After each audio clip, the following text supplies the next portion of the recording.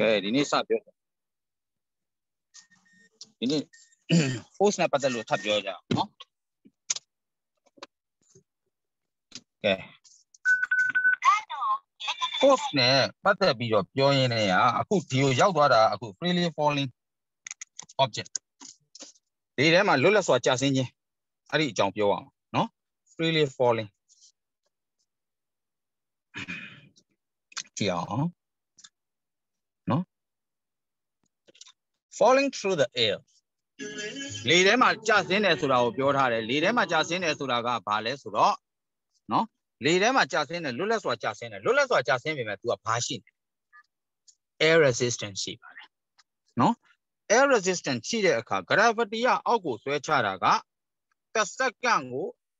speed belau tu orang suai sudah. 10 meter per second. Tu orang suai. Ada mulu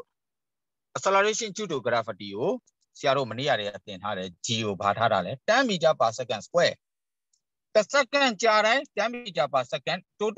lama. Ke ada pemain lain le masih bene. Abi no? Le tu masih bene pemain tu apa so perlu tu jam perlu tu lama le jiao. Le tu masih bene pemain tu lama solution no? Second go 10 meter per second asyik popo miala aku kami dia switch ada. Dah kurang le kansa bu me. Mian kau cakap, mian apa ucap ada pesi dia mian lo sih. Kurang le mian terkaya kau cakap aku jauh le mian le. Tidak bawa apa. Ayo, pertama aku sabi do. Sak kau cakap asyik 0 meter per second ni sak kau ada apa? No? Ia ni ane kau cakap. Second jauh ada kama. 10 meter per second jauh tu apa bi? Asyik tu lah bare. Second jauh ada. Ia ni dia belau jalan. Second macam. Now second le jauh belau tu.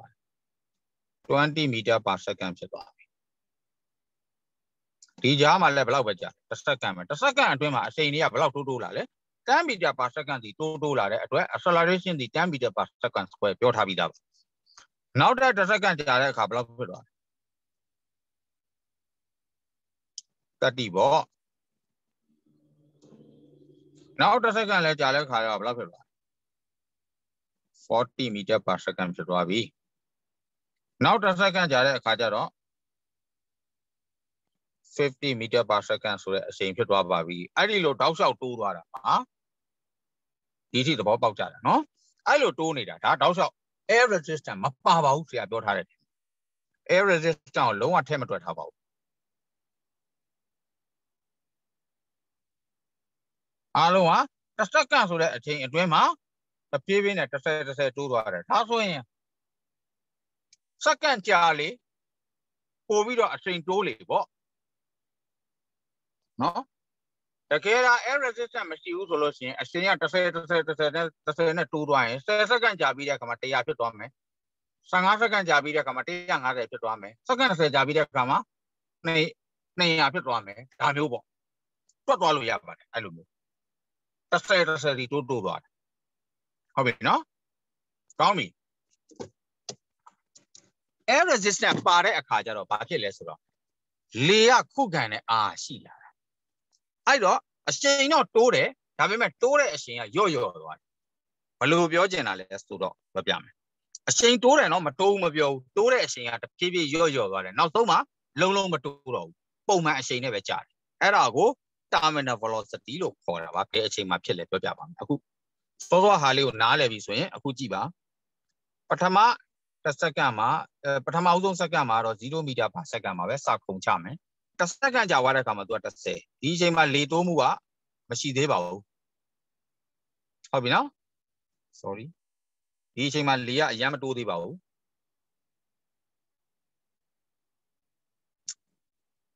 Dan meter per second. Ha, now second le jauh. Ada second. Now second le jauh. Nasi apa ama? Dah mana nasi apa bu? Berapa betul? 9 betul. 19 meter per second. 20ဖြစ်ရမှာမဖြစ်ဘူးနိုင်မဲ့တိုးတယ်ဘာဖြစ်လို့လဲလေကအောက်ကသူ့ကို1 meter per second ပြန်ပင့်ထားလိုက်တဲ့သဘောဖြစ်လို့ဘာဖြစ်လို့ဆိုတော့အချိန်များလေရှေ့ကလေတိုးတာကိုလေရဲ့ခုခံတာကိုကိုကခံစားရလေပဲဒါဆိုင်ကယ်ဒီပိုင်းစီးရင်ပိုသိတာပါတယ်ဟုတ်ပြီနော်ကဲနောက်တစ်ခါဒီကနေဒီကိုဘယ်လောက်တိုးသွားလဲ 9 meter per second တိုးတယ်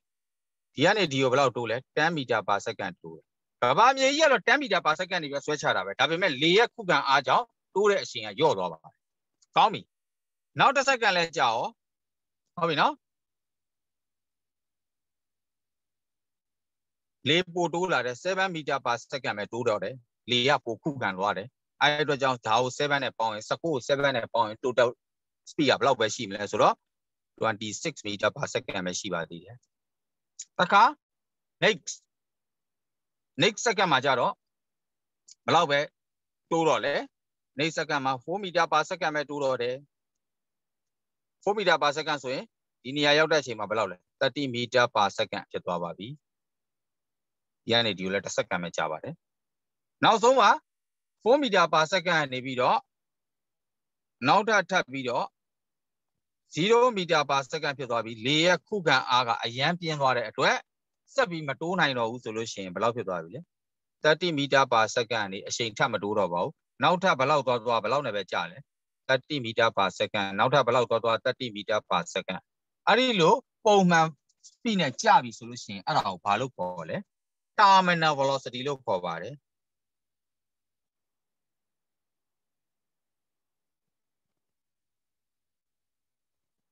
terminal velocity is ဘယ်လောက်ဖြစ်သွားပြီလဲ30 meter per second လို့ပြောလို့ရသွားပါပြီသူ့ရဲ့အမြင့်ဆုံးနှုန်းစီနောက်ဆုံးလုံးဝမချိန်တော့ဘဲနဲ့ပုံမှန်အချိန်နဲ့ကျသွားပြီဆိုရင်အဲ့ဒါဘာလို့ခေါ်လဲ terminal velocity လို့ခေါ်ပါတယ်အဲ့တော့ terminal velocity ဆိုတာဘာကိုပြောချင်တာလဲဆိုတော့အရာဝတ္ထုတစ်ခု freely falling ကျလာတယ်လေရဲ့ခုခံအားနဲ့ဘာနဲ့ညီသွားလဲသူ့ရဲ့ကျတဲ့တိုးတဲ့အချိန်နဲ့ဘာဖြစ်သွားလဲညီသွားတဲ့အခါမျိုးမှာ terminal velocity ဖြစ်သွားတယ်အဲ့ဒီမှာ constant velocity ဖြစ်သွားတဲ့အတွက် acceleration ဆိုတာလုံးဝမရှိတော့ပါဘူးတိုးတဲ့ acceleration မရှိတော့ပါဘူးဟုတ်ပြီနော်လုံးဝမတိုးတော့ပါဘူးဒီမှာလဲ0ပဲတိုးတော့တယ်ဒီမှာလဲ0ပဲ0 meter per second 0 meter per second မတိုးတော့ပါဘူးထပ်ပြီးတော့အဲ့ဒီဥစ္စာကိုဘာလို့ခေါ်တာလဲ terminal velocity လို့ခေါ်တယ်အဲ့တော့ तू ကအဲ့ဒါလေးတွေကိုဘာနဲ့ပြထားလဲဆိုတော့ဒီလိုဘောလုံးလေးဆွဲထားတယ်ပထမအပေါ်ပင့်တဲ့အားမရှိသလောက်ပဲအောက်ကိုပဲအများကြီးကျတယ်ဒုတိယပုံလဲကျတော့အပေါ်ပင့်တဲ့အားနည်းနည်းပေါ်လာပြီအောက်ကိုပင့်တဲ့အားလည်းနည်းနည်းလျော့သွားပြီတတိယပုံလဲကျတော့အပေါ်ပင့်တဲ့အားနဲ့အောက်ကိုကျတဲ့အားနဲ့တူသွားပါပြီအဲ့နေရာမှာ terminal velocity ပါအဲ့ဒီ velocity အတိုင်းဆက်ပြီးတော့ကျသွားပါလိမ့်မယ်သူပြောထားတယ်အရာဝတ္ထုတစ်ခုကအောက်ကိုကျရင်အချိန်တိုးတယ် accelerate ရှိပါတယ်ဒါပေမဲ့တိုးတဲ့အချိန်ကအောက်ကလေကမြန်အရန်ပြင်းထန်တဲ့အချိန်နဲ့အောက်ကိုကျလေကပိုပင့်လေအောက်ကိုကျလေကပိုပင့်လေလေရဲ့ပင့်အားကိုကျတဲ့နှုံးအလိုက်ပိုတက်လာတယ်နောက်ဆုံးမှာလေရဲ့ပင့်အားနဲ့ကိုကကျနေတဲ့အချိန်နဲ့တူသွားတဲ့အခါကျတော့ net force မရှိတော့ပါဘူး net force မရှိတော့လမ်းမှာတချို့ကမေးတယ်လမ်းမှာရက်မသွားဘူးလားအဲ့လိုတော့မရက်ပါဘူးအချိန်တိုးမဲ့ရက်သွားတာပါအောက်ကိုကျတာတော့ဆက်ကျမှာပဲဘာဖြစ်လို့လဲသူကအောက်က gravity ကဆွဲထားတဲ့အတွက်သူ့ရဲ့အမြင့်ဆုံးနှုံးနဲ့တော့နှုံးတစ်ခုနဲ့တော့အောက်ကိုကျရတယ်ကမ္ဘာမြေပြင်ပေါ်မကျလို့တော့မရပါဘူးကျပါတယ်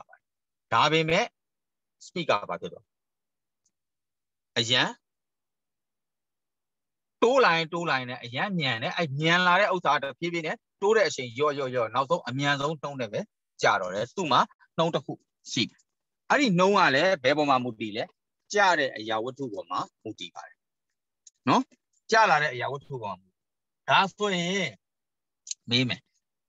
air resistance မရှိတဲ့နေရာမှာ air resistance မရှိတဲ့နေရာမှာဆိုရင်တော့ကဘာပေါ်ကျမယ်ဆိုရင်10 meter per second တိုင်းတိုးပြီးတော့အောက်ဆုံးရောက်တဲ့အချိန်မှာအရှိန်အပြင်းဆုံးနဲ့ကျသွားပါတယ်အဲ့ဒီလို air resistance မရှိတော့တဲ့အချိန်ဆိုလို့ရှိရင်ဟုတ်ပြီနော်အရာဝတ္ထုပေါ့တာလေးတာဘာမှမဆိုင်တော့ပါဘူးအဲ့ဒီအရာဝတ္ထုတွေကပေါ့လေးပြစ်ချလိုက်တာနဲ့မြေပြင်ကိုတစ်ပြိုင်တည်းတူပဲရောက်ပါတယ်ဥပမာငှက်မွေးတစ်ချောင်းနဲ့ဘောလီလုံးတစ်လုံးနဲ့ပြစ်ချဘယ်မှာဘာမရှိတဲ့အချိန်မှာပြစ်ချမလဲ air resistance မရှိတဲ့ vacuum system လောက်ထားတဲ့ဖန်ဘူးထဲမှာပြစ်ချကြည့်အောက်ကိုရောက်တာတစ်ပြိုင်တည်းပဲကြောက်အဲ့ဒါကိုဂယ်လီလီယိုကစမ်းပြဘူးဂယ်လီလီယိုကသူအဲ့လိုလေထုရဲ့ခုခံအားမရှိဘူးဆိုရင် ပေါ်တဲ့အရာဝတ္ထုနဲ့လေးတဲ့အရာဝတ္ထုကမြေပြင်ပေါ်ရောက်တဲ့အချိန်ကဘာမြေပြင်ကိုထိတဲ့အချိန်ကအချိန်တူပဲထိပါတယ်လို့ပြောတာပေါ်တာလေးတာရှိတော့ဘူးနော်ဒါဆိုရင်လေတူထဲမှာကျတော့ဘာဖြစ်လို့ငှက်မွေးရပို့ပေါ်ပါလဲအမှန်တော့ငှက်မွေးရပေါ်တာမဟုတ်ပါဘူး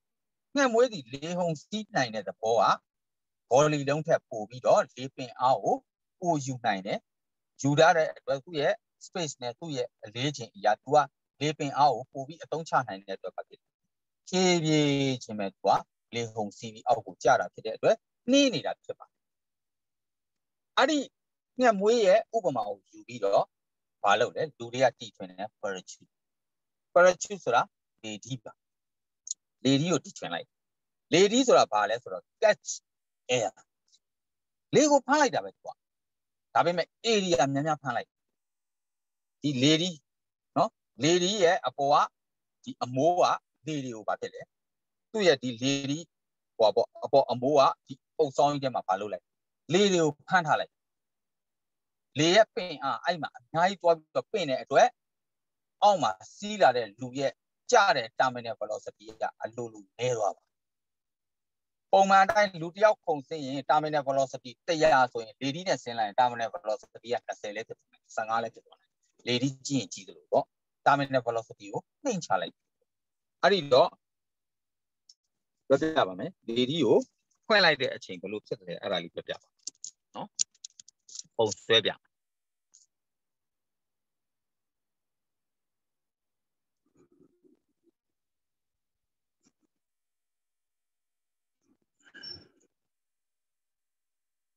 ဒီမှာ v meter per second speed time graph ပါပဲဒီမှာ t ရ second ပထမ second နေမှာကျတဲ့နှုန်းကတအားတက်လာတယ် speed တက်လာပါတယ်တဖြည်းဖြည်းနဲ့ speed ကနည်း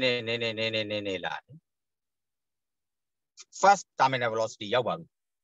လူပြုတ်ကြတဲ့အခါ terminal velocity ဒီမှာအမြင့်ဆုံး velocity ရောက်သွားပြီအဲ့ဒါပို့ပြီးတော့ကျဖို့မရှိတော့ဘူး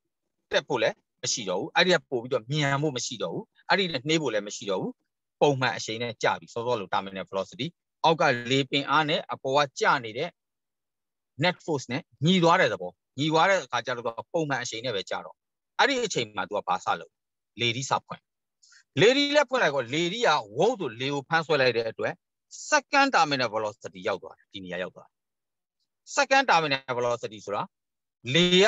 ကိုဖမ်းလိုက်တဲ့အတွက်ဖြစ်လေထဲမှာအချိန်တန့်ကနေဖြစ်သွားတာ break အုပ်လိုက်လို့ဖြစ်သွားတယ်အဲ့တော့ second terminal velocity ပြီးရင်အဲ့ terminal velocity နဲ့အောက်ကိုဖြည်းဖြည်းချင်းဆင်းလာမယ်အဲ့ဒါဆိုလူကအန်ဒီရဲ့ကင်းနဲ့မြေကြီးပေါ်ကိုရောက်မယ်ဒီ velocity မှာအန်ဒီရဲ့မကင်းဘူးဒီ velocity မှာတော့အန်ဒီရဲ့ကင်းသွားပါဒါ parachutics တယောက်ပဲ parachute ဖွင့်လိုက်ပြီးတဲ့အခါဖြစ်တဲ့ဥစ္စာကိုပြထားတာအဲ့တော့ဒါကို first terminal velocity လို့ခေါ်ပြီးတော့ဒီကောင်ကိုကျတော့ second terminal velocity လို့ခေါ်ပါရှင်းပြောရင်တော့လေဒီဖွင့်လိုက်တာဒီ terminal velocity နည်းအောင်လုပ်လိုက်တာအဲ့တော့လေဒီဖွင့်ပြီးသားဆို epe နဲ့ဖြည်းဖြည်းချင်းပဲပုံမှန်အချိန်လေးနဲ့ကြာလာတယ်နောက်အချိန်ကလည်းအရင်နှေးပါတယ်အဲ့ဒီလိုခြားတာဖြစ်ပါတယ်နားလည်ကြလားမသိဘူးဘယ်နေရာမရှင်းတာရှိလဲ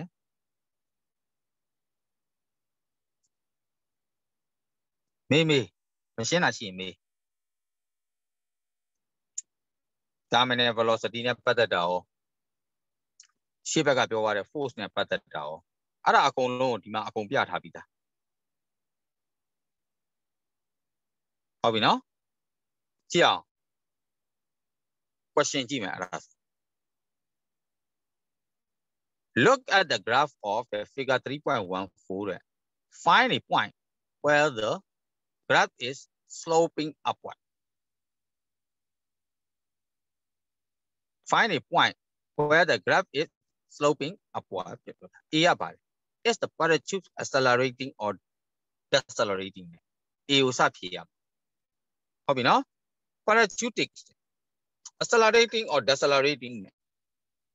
သူပြောထားတယ်အပေါ်တက်နေတဲ့အချိန်မှာ accelerate ဖြစ်တာလား decelerate ဖြစ်တာလားတက်နေတဲ့အချိန်မှာ accelerate ဖြစ်တာပါဟုတ်ပြီနော် find a point where the graph is sloping upward လို့ပြောထားတယ် sloping upward ဆိုတာအပေါ်ကို upward အပေါ်တက်နေတဲ့ slope အပေါ်တက်တဲ့ slope ကဘာလဲ A က sloping upward ဆိုလို့ရှိရင် parachutist က accelerating ဖြစ်နေတာပါ decelerating မဟုတ်ပါဘူး Number B which of the two forces acting on the parachutist is greater နော် figure 3.14 နော် which of the two forces that acting on the parachutist is greater which of the two forces that acting on the parachutist is greater ဆိုတော့ parachutist မှာ downward force နဲ့ upward force နှစ်ခုရှိပါတယ်အခု accelerating ဖြစ်တယ်လို့ပြောထားတယ်သူပြောတာကတက်နေတဲ့အချိန်မှာဟုတ်ပြီနော် sloping upward ဖြစ်တဲ့အချိန်လို့ပြောထားပါတယ်အဲ့ဒီလိုအချိန်မှာဆိုရင်တော့ downward force ကများပြီးတော့ upward force ကနည်းနေလို့ accelerating ဖြစ်တာပါ downward force ကများတယ် upward force ကနည်းလို့ accelerating ဖြစ်တာဘယ်လိုအနေထားလဲဆိုတော့ဆရာပြောပြရင်ခုနကဆွဲတဲ့အထဲမှာလည်းပါပါတယ် downward force ဒီနေရာလေးကိုသူပြောချင်တာကဒီနေရာလေးကိုပြောနေတာပါသူက sloping upward ဒီ upward နေရာလေးမှာနော်အဲ့ဒီအချိန်မှာ accelerating ဖြစ်သလား decelerating ဖြစ်သလား accelerate ဖြစ်လို့ပေါ့ဒီလိုသွားတာဒီနေရာမှာတော့ accelerate မရှိတော့ပါဘူး constant ဖြစ်ပါတယ်ဒီမှာ decelerate ပါဒီမှာလည်း acceleration မရှိပါဘူး constant acceleration 0ဒါက decelerate minus acceleration ဒီကောင်က positive acceleration ဒီဘက်က positive ဒီကောင်က negative acceleration ဒီကောင်က 0ဒီကောင်လည်း 0 acceleration 0 constant speed ဆိုရင် acceleration 0ပါအောက်ကိုကျသွားတယ်ဆိုရင် accelerating က minus ဖြစ်ပြီးတော့ decelerating လို့ခေါ်ပါတယ်အပေါ်တက်တယ်ဆိုရင် positive acceleration လို့ခေါ်ပါတယ်ဟုတ်ပြီနော်ကဲကောင်းပြီအခု A အတွက်က accelerating ဖြစ်တယ်လို့ပြောမယ် B အတွက်ကကြတော့အဲ့ဒီလို accelerating ဖြစ်တာဒီတဲ့ force နှစ်ခုရှိပါတယ်အောက်ကိုကျနေတဲ့အရာဝတ္ထုတစ်ခုမှာ downward force ကြည့်သလို upward force ဆိုတဲ့ air resistance လည်းရှိပါတယ်ဒါ air resistance ဒီအပေါ်ဘာခေါ်လဲ air resistance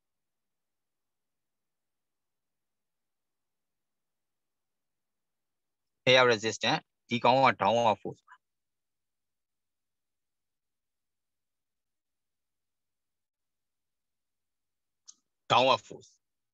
downward force နဲ့ air resistance မှာ downward force ကများရင်အဲ့ဒီအရာဝတ္ထုကဘာဖြစ်လဲအရှိန်တိုးနေပါတယ်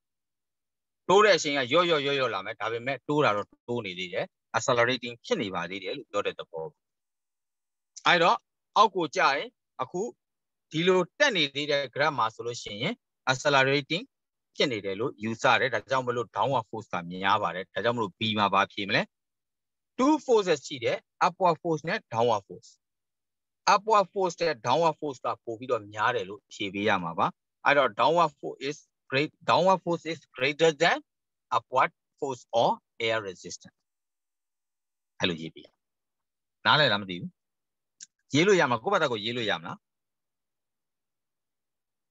ရေးရတာလွယ်တယ်နော် A အတွက်ကဘာလဲ parachutist accelerating ရေးလိုက်ရင်ပြီးသွားပြီ B ကဘာလဲ force နှစ်ခုရှိတယ် acting on the parachutist is greater ဘယ်ဟာကြီးလဲဆိုတော့ downward force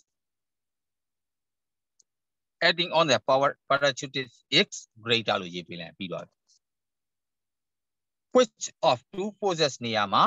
downward force လို့ထည့်ပေးလိုက်ပြီးပါပြီ downward force acting on the parachutist is greater number C က explain the shape of the graph after the parachute has opened parachute ဖွင့်လိုက်တဲ့အခါမှာဖြစ်သွားတဲ့ဟာဘာကြောင့်ဖြစ်တာလဲအဲ့ဒါကိုရှင်းပြပါတဲ့ကောင်းပြီ parachute open ဆိုတာဒီနေရာပါဒီနေရာကိုပြောတာပါဒီကနေဒီအထိပါ parachute open parachute ကဒီနေရာမှာ open လုပ်လိုက်တာ parachute open ကအဲ့ဒီနေရာဖြစ်ပါတယ်ဒီနေရာမှာစပြီး open လုပ်တာပါ parachute open ဖြစ်ပြီဆိုရင်တဲ့ဟုတ်ပြီနော် parachute open ဖြစ်ရင်တဲ့ဘာဖြစ်တယ်လဲတဲ့သူမေးထားတာ parachute open ဖြစ်ရင်ဟုတ်ပြီနော် parachute open ဖြစ်ရင်ဘာဖြစ်တယ်လဲလို့မေးထားတာပါဟုတ်ပြီနော် parachute open ဖြစ်ခြင်းဘာဖြစ်လဲနော် parachute ဆိုတာနဲ့ decelerating ဖြစ်ပါတယ်အဲ့တော့နံပါတ် C ကဘာဖြစ်လဲ one parachute open decelerating ဖြစ်တယ်လို့ပြောတယ်ဟုတ်ပြီနော်အဲ့တော့သူမေးထားတာကဘာလဲ explain the shape of the graph after the parachute has opened one parachute has opened no the speed of the parachuteဟုတ်ပြီနော် is suddenly decelerate ရုတ်တရက်ထိုးကြသွားဟုတ်ပြီနော် suddenly decelerate အဲ့လိုရေးမယ်အဲ့တော့အဲ့ဒါလေးတော့ရေးပြတယ်ပတ်စီဒါကိုနားလဲဆိုလို့ဖြေလိုက်လို့လည်းရပါတယ်မခက်ပါဘူးအဓိကကဘာလဲအဲ့နေရာမှာ decelerate ဖြစ်တယ်လို့ရေးပေးပြီးရတယ်နော် the speed of the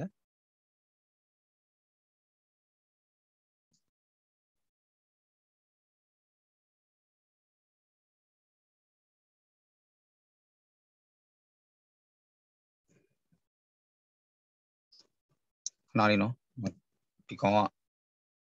ပန်ဖြစ်နေလို့ပန်ကဘယ်လိုဖြစ်သွားလဲဟောရပြီ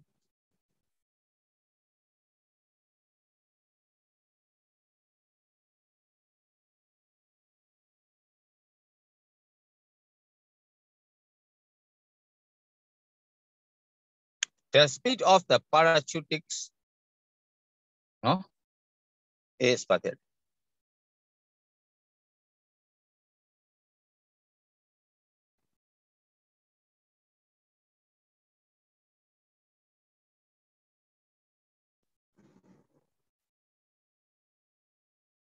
suddenly decrease သို့မဟုတ် decelerating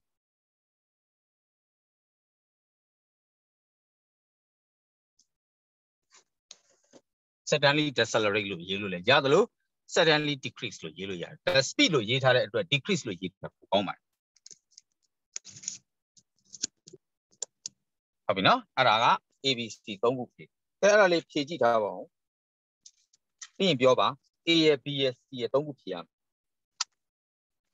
ဟိုရှေ့ဘက်ကဟာတွေတူအောင်မလား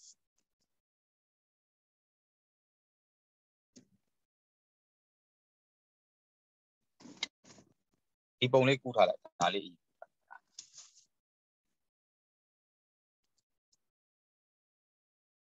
အဓိကခေါင်းထဲမှာရှင်းပြီးတော့နားလည်သွားဖို့အရေးကြီးပါတယ်ခေါင်းထဲမှာရှုပ်မနေဘူး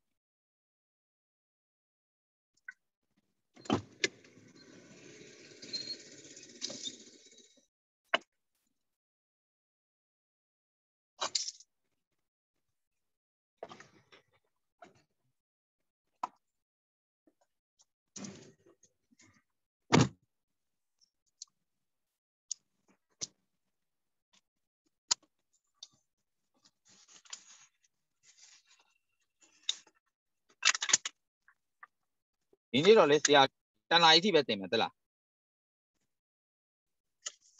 ဆရာခီးထွက်နေလမ်းမှာဖြစ်နေတယ်တန်လာကြီးထိပဲတင်လိုက်မယ်နောက်ပြီးတော့နောက်တစ်ရက်ကိုဟိုဟာဆရာကိုပြောထားတယ်တစ်ရက်လောက်လေတော့သမီးတို့အားတဲ့ရက်ကလေးတစ်ရက်လောက်ဆရာဒီနေ့အချိန်ကိုအစားထိုးပြီးပြန်တင်ပေးဖို့အတွက်တစ်ရက်ထပ်ပြီးတော့တောင်းထားတယ်ပြီးတော့အဲ့ဒါနည်းနည်းညှိပြီးတော့ဘယ်နေ့ရမလဲပေါ့ရတဲ့နေ့လေးနော်ဒီနေ့အချိန်အတွက်ကိုအစားတစ်ချိန်ပြန်ပေးဆရာတောက်ကြယူရရတယ်ဆရာ after 1ဆရာတောက်ကြ after 1ကိုရပါတယ်ဆရာဟုတ်ဆရာရတယ်အဲ့ဒါဆိုရင်1 to 130အဲ့တော့230ကျွန်တော်ယူလိုက်မယ်ဟုတ်ရတယ်ဆရာအဲ့လိုလုပ်လို့ရတယ်ကလေးတွေအဆင်ပြေရပါတယ်ဆရာအဲ့ဒါဆိုရင်သူတို့ကဒီအခန်းပြီးသွားမယ်ဒီနေ့မပြီးဘူးအဲ့တောက်ကြနေကြပြီးသွားဟုတ်ကဲ့ဆရာအဲ့ဆို tentatively ပေါ့ဆရာတောက်ကြနေ1 to 230ပေါ့နော်အဲ့လိုကြားထားလိုက်ပါမယ်ဆရာဟုတ်ကဲ့အဲ့လိုယူလိုက်မယ်ဟုတ်ကဲ့ဟုတ်โอเค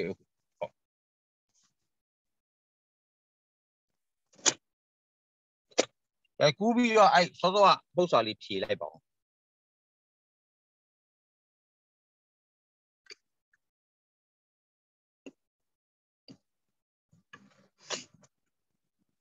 စောစော problems လေးဖြေလိုက်အောင် question ပေါ့နံပါတ်8ပြီးရင်အခုခဏလေးပြန်ပြောပြရမှာ scalar နဲ့ vector ကိုနောက်ဆုံးမှသူကရှင်းတယ်အဲ့ scalar နဲ့ vector ရှင်းပြအောင် vector diagram ဘယ်လိုဆွဲသလဲဆိုတာ era propia.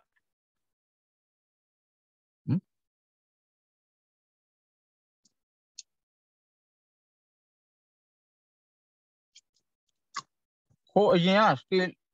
scale on a better definition, baby, no?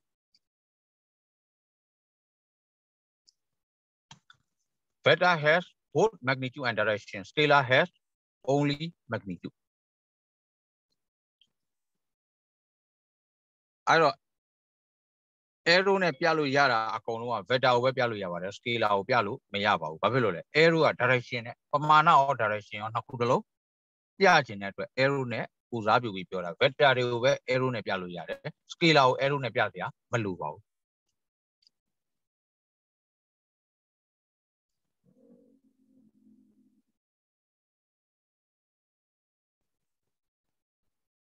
I don't know vector addition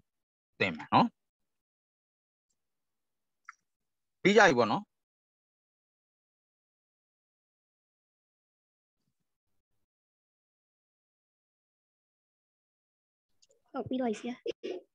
Okay. Ada so yin aku ti a.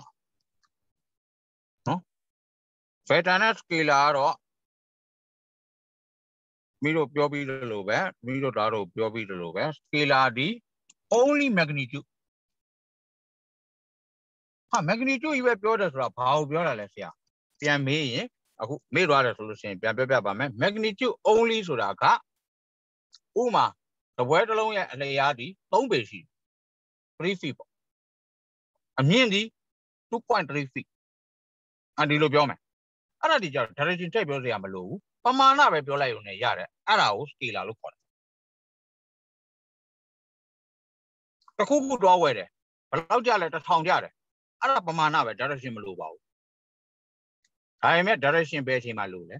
motion တွေပြောတဲ့အခါမှာ direction ဆိုတာလိုလာလူတယောက်ဒီညာဘက်တော့10 meter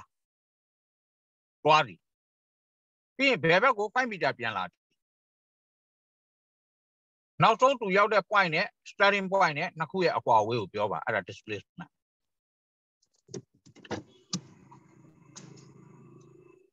လူတယောက်ကညာဘက်ကို10 meter သွားတယ်ပြီးရင်အဲ့ဒီနေရာနေဘယ်ဘက်ကို5 meter ပြန်လာတယ်သူ့ရဲ့ total distance ကိုပြောပါဆိုရင်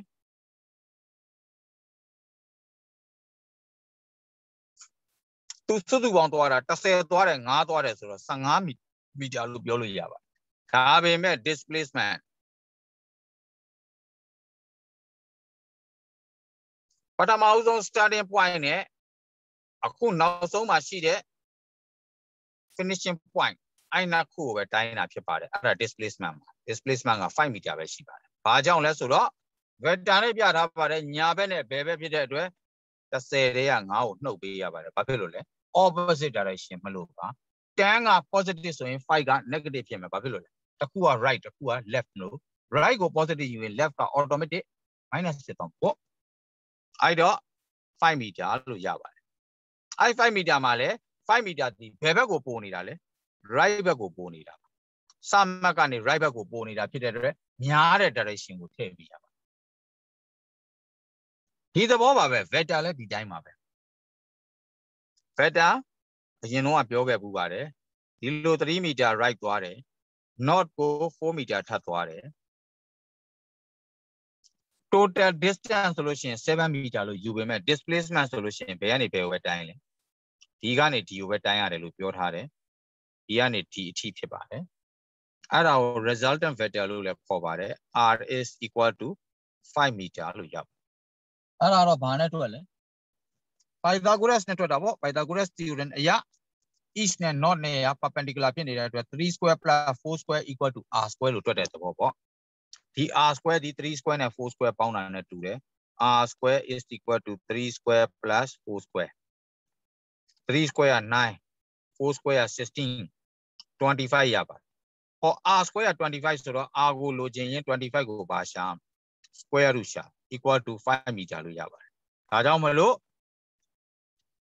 3 meter နဲ့ 4 meter 3 newton နဲ့ 4 newton r တွေပဲဖြစ်ဖြစ် direction တွေပဲဖြစ်ဟို distance တွေပဲဖြစ်ဖြစ်ကြိုက်တာထည့်လို့ရပါတယ်အဲ့ဒီကောင်တွေကို resultant vector ရှာမယ်ဆိုလို့ရှိရင်ပါလေ resultant vector ဆိုရင်အစမှတ်နဲ့အဆုံးမှတ်နဲ့လှမ်းပြီးဆက်ပေးရပါတယ်ရှင်းရှင်းလေးပါဒါလေးကုလိုက်ပါဦး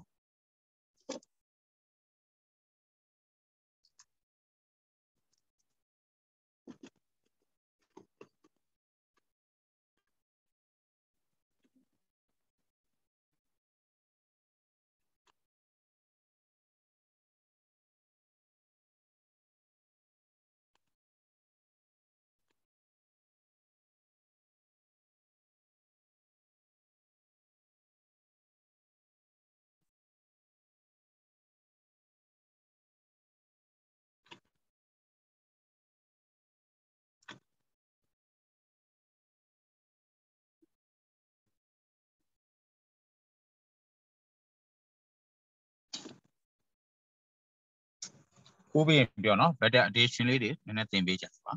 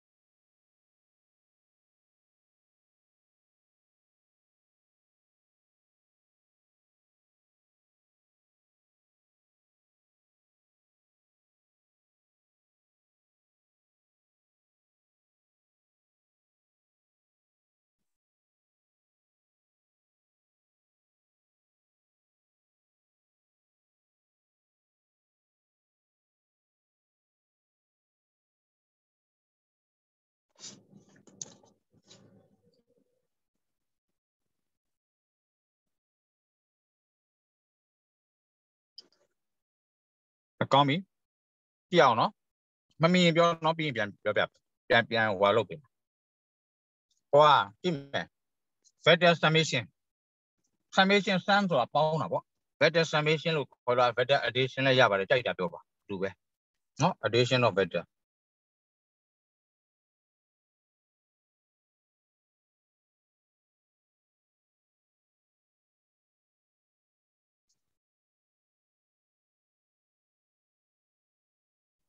addition of vector နော် addition of vector မှာကြည့်အောင်ပထမဆုံး vector တစ်ခုက2 unit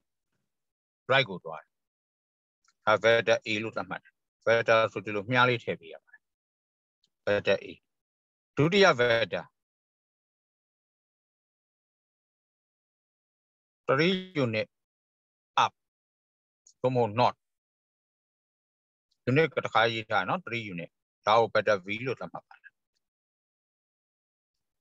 ပြီးရင်တတိယ vector က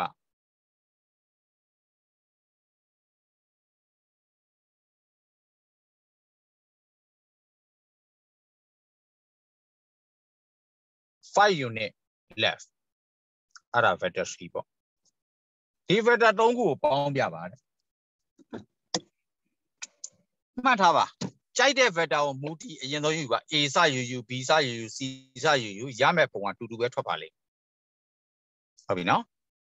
အခုအစင်လိုက်ပဲယူပြပါမယ်ပြီးရင်ပေါင်းပြပါမယ် vector တွေဘယ်လိုပေါင်းတယ်လဲ vector summation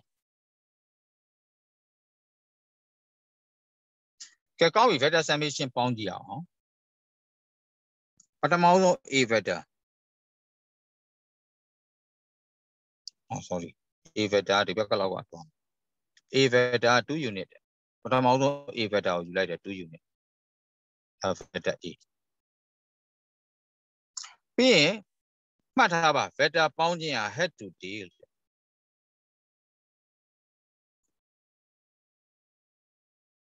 head to tail ပထမ vector ရဲ့ head နဲ့ဒုတိယ vector ယူမဲ့ vector ရဲ့ tail နဲ့ပေါင်းပါ tail နဲ့လာဆက်လိုက်ပါလို့ပြော second vector B ဖြစ်ပါတယ်သူ့ရဲ့ tail နဲ့လာပြီးတော့ဆက်လိုက်ပါတယ်3 unit vector B ဖြစ်ပါတယ် vector sum လုပ်မယ်ဆိုရင် head to tail လို့မှတ်ထားပါ first vector ရဲ့ head နဲ့ second vector ရဲ့ tail နဲ့ဆက်လိုက်ပါပြီးရင် second vector ရဲ့ head နဲ့ third vector ရဲ့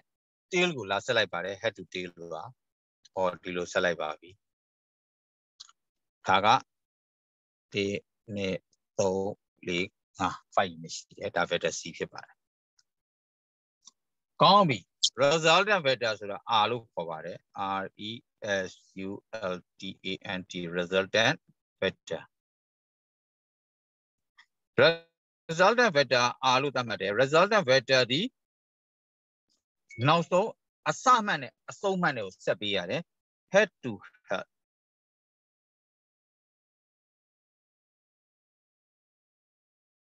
tail to tail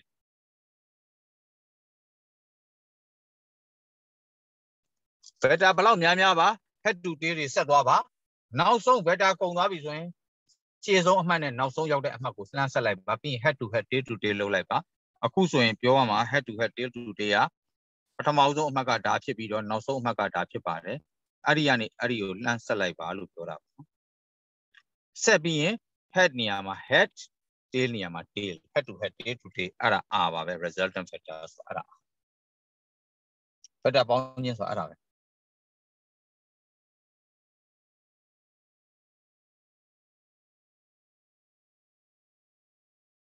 သဘောပေါက်ကြနော်ကဲဒါလေးကူလိုက်ပါ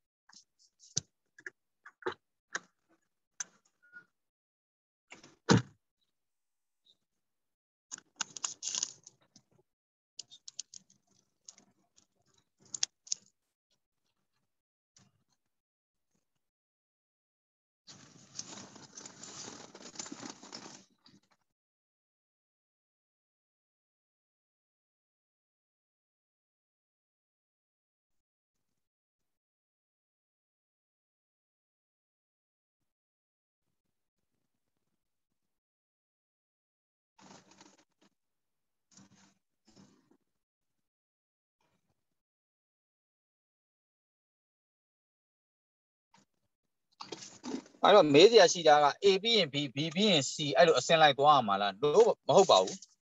B ကိုစဆွဲတယ် C ကိုစဆွဲပြီးမှ B လာမယ် B လာပြီးမှ A လာလို့ရတယ်လို့ B ကိုစဆွဲပြီးမှ C သွားမယ် C သွားပြီးမှ A ပြန်လာလဲဒီ direction အတိုင်း D vector ရဲ့ပမာဏအတိုင်း magnitude အတိုင်း vector ဖတ်ပါတယ်မယုံရင်ဆွဲကြည့်ပါ C ပြီးရင် B ပြီးရင် C ပြီးမှ A ပြန်လာရပါတယ်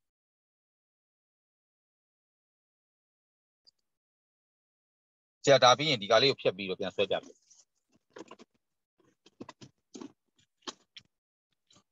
2 unit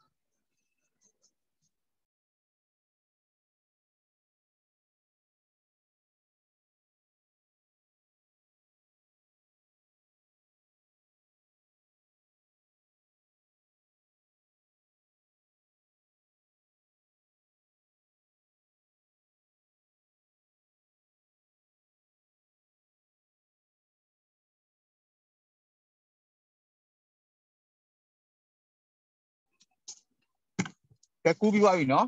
ကူးပြီးသွားရင်အခု B ပြီးရင် C ပြီးမှ A ပြန်ဆက်ပြမယ်ဒီပုံနဲ့တူမတူပြန်ကြည့် rush လေးကတော့တူရမယ်လေ scale ကြိုက်ဆွဲတာမဟုတ်တဲ့အတွက် rush လေးပဲတူမှာပါကြည့်ကြည့်အောင်ပြန်ဆွဲပြမယ်နော်ဒါလေးကိုဖြတ်လိုက်မယ်အစင်လိုက်မဟုတ်ဘဲနဲ့သွားရင်ဘယ်လိုလာမလဲကြည့်အောင် cái anh nó bio rồi lại mà bia 3 unit not tapiဒီပြင် C ဆွဲမယ် C ကဒီဘက်လာ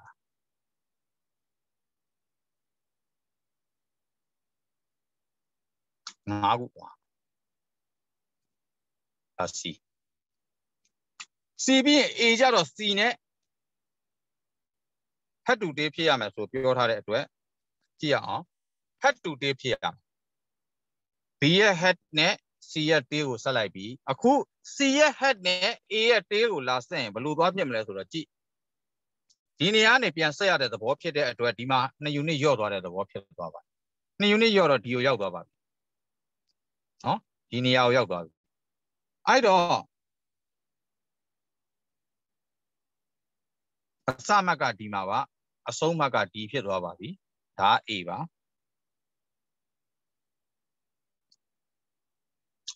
ဒါက A vector ဖြစ်ပါတယ် C vector တွေက A vector က opposite direction ဆိုတော့ပြန်နှုတ်လိုက်တဲ့သဘောပါဒါကြောင့်မို့နှစ်ကြောင်းဆွဲပေးလိုက်တာပါတကယ်ကတော့ဒီပေါ်မှာပဲဆွဲရမှာဘယ်ပေါ်မှာဆွဲရမှာလဲဒီပေါ်မှာပဲပြန်ဆွဲပေးရမှာပါတကယ်ကတော့ဒီပေါ်မှာပြန်ဆွဲပေးရမှာပါဒီကိုရောက်တယ်လို့ပြောတာ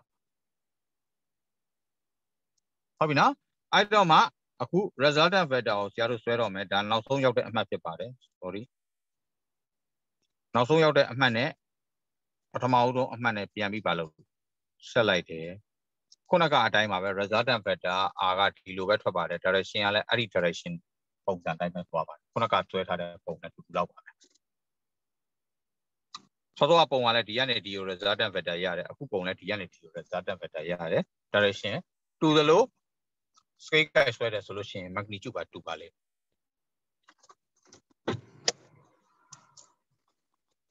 အဲ့တော့ head to tail ကိုမှတ်ထားပါ vector တွေပေါင်းရင် head to tail ပါ resultant vector လိုချင်တယ်ဆိုရင် starting point နဲ့ ending point ကို head to head tail to tail လုပ်ပြီး head to head ဆိုတာခေါင်းနဲ့ခေါင်းနဲ့ပြန်ဆက်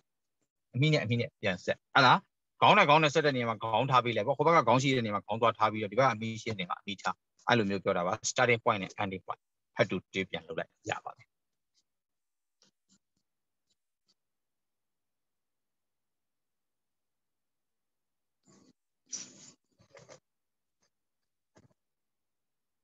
ဒီပုံလေးပါပြန်အောက်မှာတစ်ခုဆွဲရင်ဆွဲကြည့်လိုက်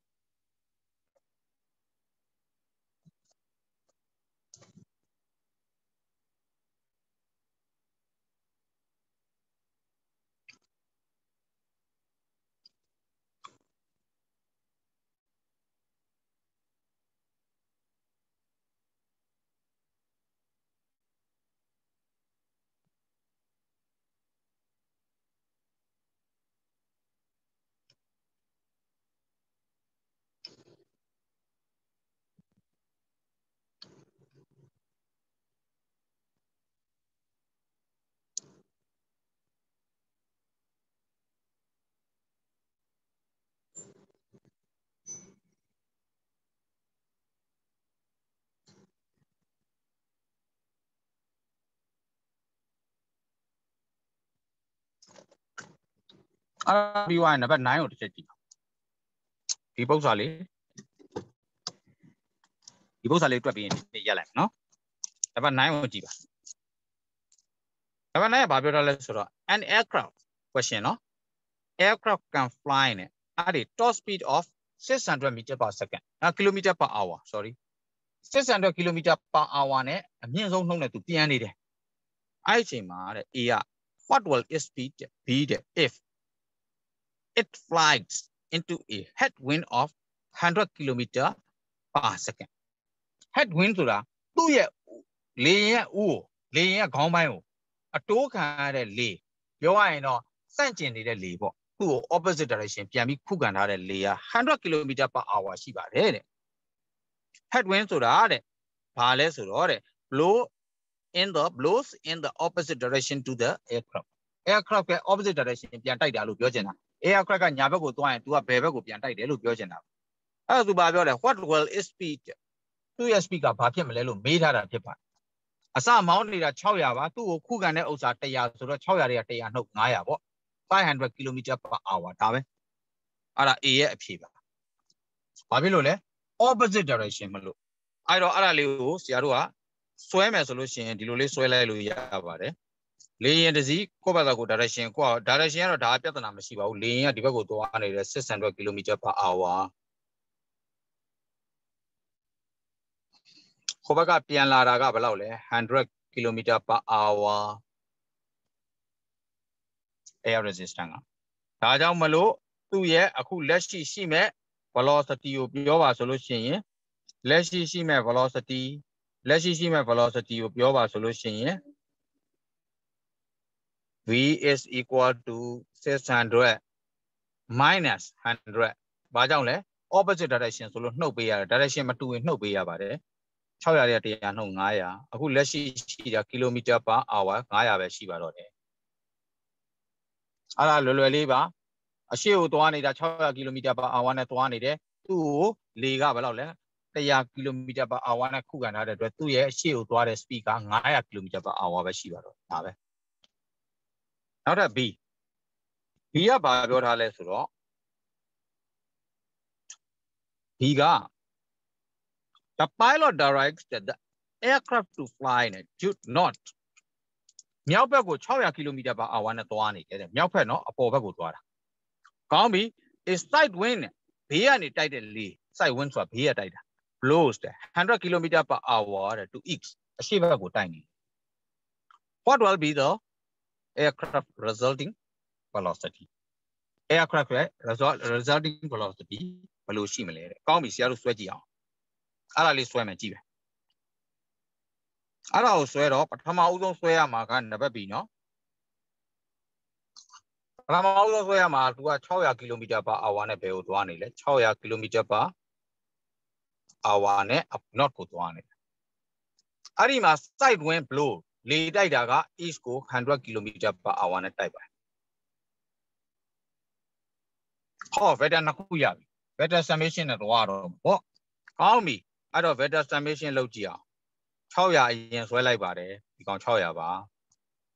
ပြီးရင်ဒီကောင်ရဲ့ tail ကိုဒီကောင်ရဲ့ head နဲ့လာဆက်လိုက်တယ်ဒီလိုဆက်လိုက်ပါတယ်ဒီမှာ100ပါဟောနောက်ဆုံး resultant vector ကိုလိုချင်လို့ရှိရင် resultant velocity ကိုလိုချင်တယ် resultant vector ကိုလိုချင်ရင် head to head tail to tail ဆက်ရမယ်ဆိုတော့ဒီကနေဒီကိုဆက်လိုက်တယ်စမှတ်နဲ့ဆုံးမှတ်နဲ့ head to head tail to tail ဆက်လိုက်တယ် resultant velocity ရပါပြီကောင်းပြီအဲ့တော့ resultant velocity ဆိုတော့အဲ့ဒါကဘာလဲဒီနေရာမှာတောင်းမှန်ဖြစ်နေတဲ့အတွက် Pythagoras theorem နဲ့တွက်ပါမယ်ဘယ်လိုတွက်ရမလဲဆိုတော့ r square is equal to ဒီကောင် velocity ဆိုတော့ vr square ပေါ့ v velocity r vr ပေါ့ square resultant velocity ကိုလိုချင်တဲ့အတွက် vr square is equal to 600 square plus 100 square ဒါ Pythagoras theorem ပါ hypotenuse square ဒီအခြားအနားနှစ်ခုရဲ့ square များပေါင်းခြင်းနဲ့တူပါတယ် equal to ဒီကောင်ဘယ်လောက်လဲ3600ဒီကောင်က3600ပြောတာ sorry ဘယ်နဲ့3600နော်66လီက36 3ညက4လုံး36000 plus ဒီကောင်ကဘယ်လောက်လဲဆိုတော့100မြောက်တော့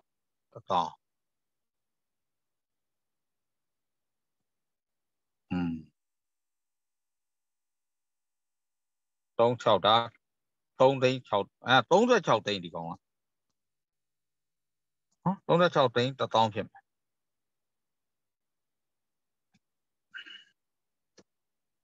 ဟုတ်တယ်36သိန်း1000မဟုတ်3သိန်း9000ပါ sorry ငါလည်းဘာတွေကြောင်နေမသိ1000ဆိုတော့ဒါ3သိန်း6000 3သိန်း9000ဖြစ်သွား3သိန်း9000ဆိုတော့ VR ကိုလိုချင်ရင် square root ရှာရမယ်3သိန်း9000ကိုဘာလုပ်ရမှာလဲ square root ရှာ equal တက်တွက်ကြည့်လိုက်ပါဦးဘယ်လောက်ရလဲ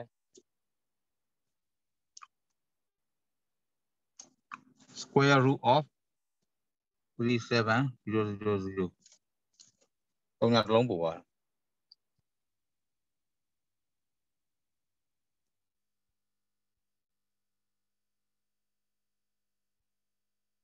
600နှစ်ထက်က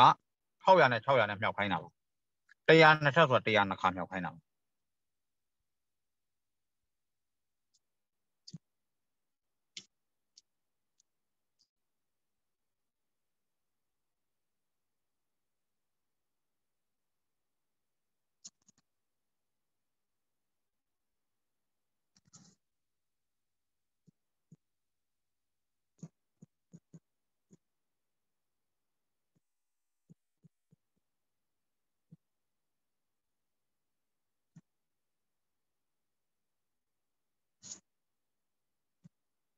ဘယ်လောက်ရကြလဲ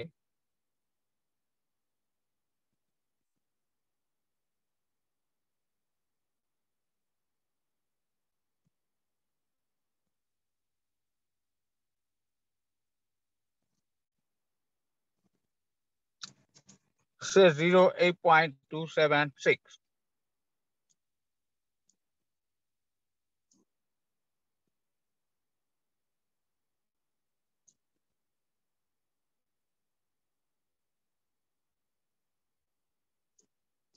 blah blah blah နောက်မှရှိသေးတယ်ထပ်မရေးတော့ပါဘူး608.26ဆို28ဆိုရပါပြီဒီနေရာဖြတ်လိုက်ပါဒီမှာ9ပြေးလို့9တဲ့ကြော်နေလို့တစ်ပို့လိုက်တယ်28 kilometer per hour ပြီးသွားပါပြီ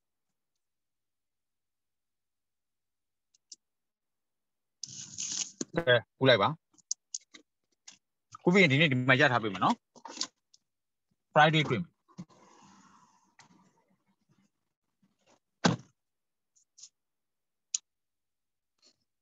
အေးရတွက်လို့ရတယ်မလားအေးက600တဲ့100အောင်နှုတ်ရတာ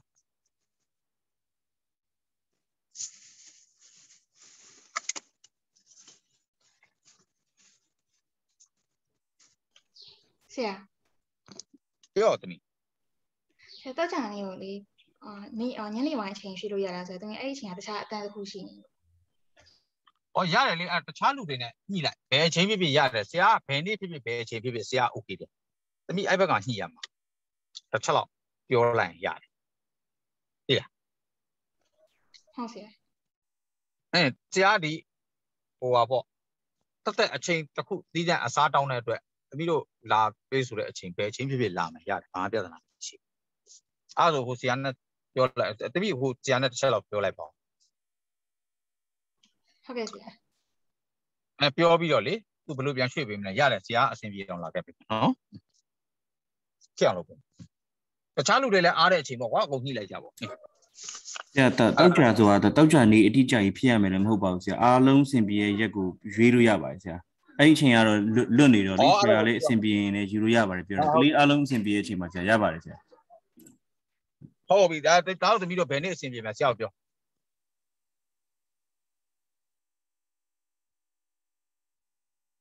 ဆရာတို့ပြောနေတာတော့ပါဘူးလေဒါအခုမှ connection ရလို့ပြန်ရောက်တာလို့ဟိုကလေဒီနေ့အတွက်အချိန်အစားတစ်ခုဆရာပြန်ပေးခြင်းလို့ကွာဒီနေ့အချိန်နည်းနည်းလေးလို့အစားတစ်ခုတရက်ပြန်ပေးခြင်းလို့ဘယ်နေ့ရလဲဆိုတာအဲ့ဒါသိချင်ဟုတ်ကဲ့ exam ရလာလို့တာ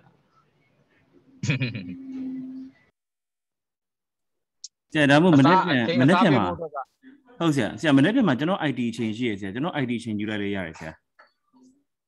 စနစ်ကနေတနားရီခွဲဘယ်အချိန်လဲအဲ့ဒါစနစ်ကနေတနားရီခွဲဆရာဒီအချိန်ပဲဆရာအဲ့ဒီအချိန်ယူလိုက်လို့ရပါတယ်ဒီအချိန်ပဲလားဘယ်နှခါထားယူလို့ရလား Okay အဲ့ဒါဆိုဘယ်နှခါယူလိုက်နော် Okay ဟုတ်ဆရာအဲ့ဆို IT အချိန်သူတို့ဟာပေါ့နော်ကျွန်တော် IT အချိန်ဝင်တော့ပါဘူးဆရာလည်း physics ပြပါဆရာနော်ဟုတ်တယ်ဆရာအဲ့အချိန်ဆိုတရားပေါ်အားရဆရာ Okay ကျွန်တော်မနေ့ကကျွန်တော်ဟိုစက်မဲ့မေးခွန်းလေးတွေကျွန်တော်ပို့ပေးမယ်နော်တိလားနော်ကျွန်တော်အဲ့ဒါရပါတယ်ဆရာရပါတယ်ဆရာဟုတ်ကဲ့ပါဟုတ်ကဲ့အားလုံး see you နော် tomorrow see you tomorrow